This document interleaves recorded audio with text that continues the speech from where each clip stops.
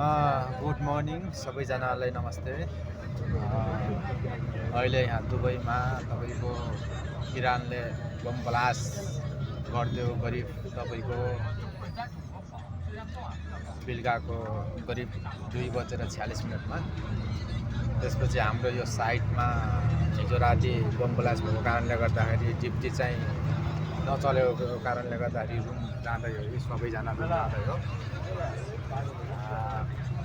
त्यसैले गर्दाखेरि बहुत गाह्रो छ। आज न्युजहरू अझ आउँदै नै बाँकी छ, के भइरहेछ कसो भइरहेको छ।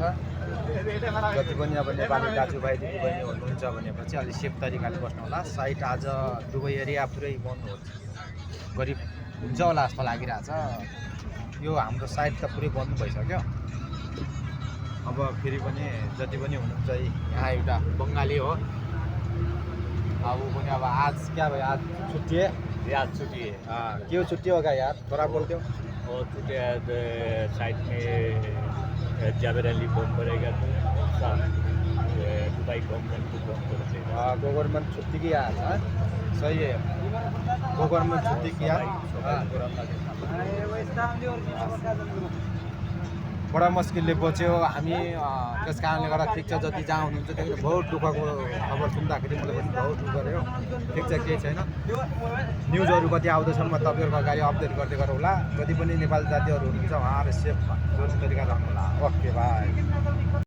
अहिले चाहिँ जुन ब्लास्ट भएको चाहिँ जहाँनिर ब्लास्ट भएको छ त्यो ठाउँको तपाईँलाई चाहिँ अब गाडी रोकेर चाहिँ भिडियो गर्न मिलेन होइन।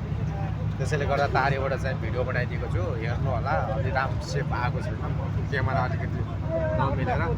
बहुत गाह्रो छ, त्यो दुबईमा गाह्रो छ। अब कहिलेसम्म हो होइन, बहुत गाह्रो छ हजुर।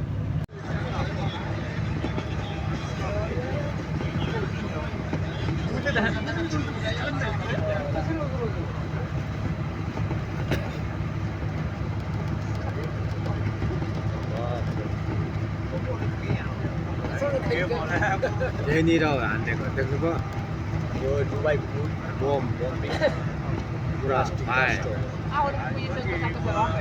फायर भएको अवस्थाले गर्दाखेरि आज हामी चाहिँ रुम फर्किनुपर्ने अवस्था छ।